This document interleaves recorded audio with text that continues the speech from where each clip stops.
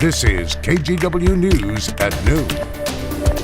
Thanks for joining us here at noon. I'm Drew Carney, and our top story this afternoon is the ongoing gun violence in Portland. After another deadly shooting this morning, the number of homicides in the city this year is already up to 58. This morning's shooting happened here along Northeast 82nd Avenue, just north of Fremont. Portland police say they found 2 people dead and 3 others were taken to the hospital. A neighbor's security camera actually recorded the moment this shooting happened.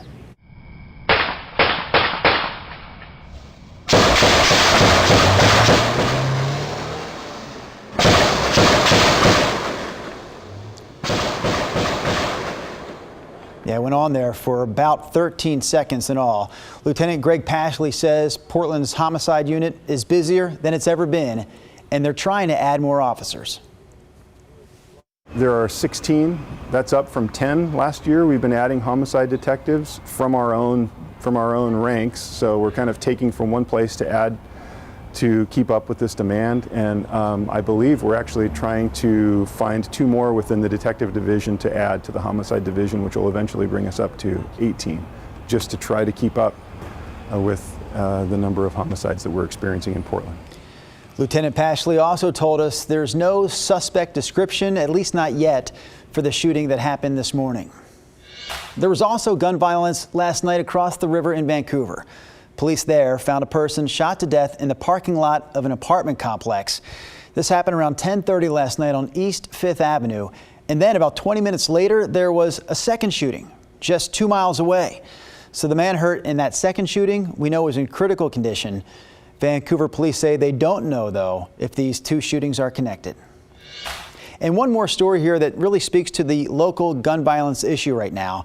At the end of last month, the Multnomah County Sheriff's Office made its largest weapons raid ever.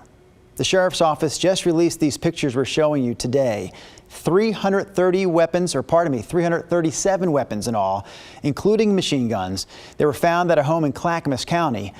Deputies also found meth in that house. This raid came after an earlier investigation back in June when deputies found 44 illegal guns at a home in Gresham. We do have a couple of national headlines to get to this afternoon, starting with New York Governor Andrew Cuomo, who's now resigning in the wake of multiple sexual harassment allegations. Cuomo will step down, he says, in 2 weeks. He made that announcement today as momentum to impeach him was building. Last week, New York's Attorney General released the results of an investigation that found Cuomo sexually harassed at least 11 women. Cuomo called some of the allegations fabricated, and he still denies that he touched anyone inappropriately. And I think that given the circumstances, the best way I can help now is if I step aside and let government get back to governing. And therefore, that's what I'll do.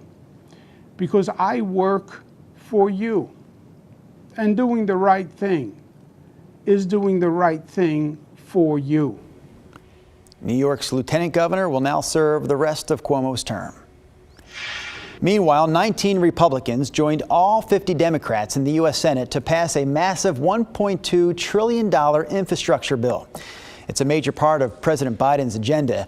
The bill includes more than $550 billion in new spending on roads, bridges, rail, ports, airports, and broadband. Now it heads to the House, where Speaker Nancy Pelosi has already said she won't even allow a vote until a $3.5 trillion human infrastructure bill is also passed by the Senate. All right, we want to get back to one of our top local headlines this afternoon. It's the extreme heat that we're about to get hit with, all of us this week. Local organizations and officials say they're more prepared for this heat wave, though, than the one we saw a few weeks ago in late June.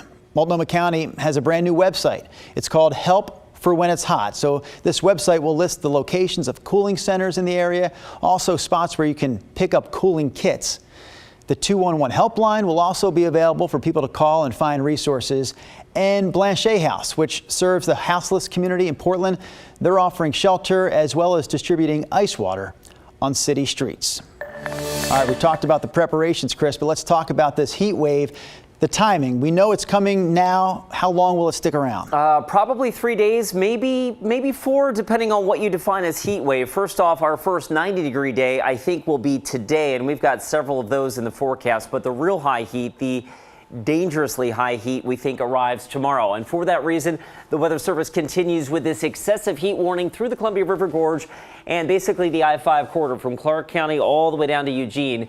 This is from Wednesday afternoon through Saturday for the possibility of temperatures as high as 105. So we don't think we get as hot as we did last month or back in June. But remember, before last June, the all-time record high in Portland was 107.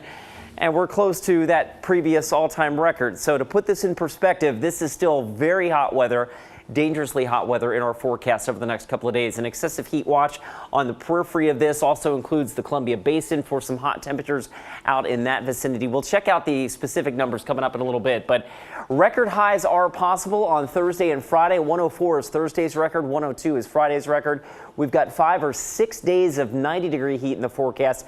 One of the other things we're watching, Drew, is the possibility for some smoke and some haze to return to the sky above as we get into Friday and Saturday. And the cooling slowly comes in on Saturday, more noticeably, I think, on Sunday and Monday. And you'll see that all reflected in the 7-day forecast coming up. All right, weather a big story, of course, today. But here's another big headline. Starting Friday, everyone 5 and older in Multnomah County will have to wear masks inside public places.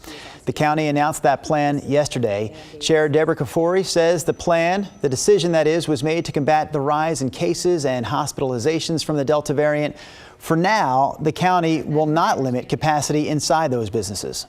We'll enforce this mandate like we do our tobacco regulations. The process will be complaint driven and will involve a series of escalating steps from education on up to a $1,000 fine.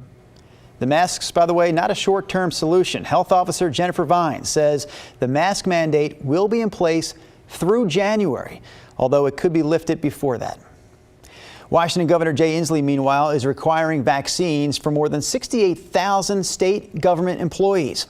Workers will now have until October 18th to either get fully vaccinated or show proof of the shot. If they don't, they could be fired.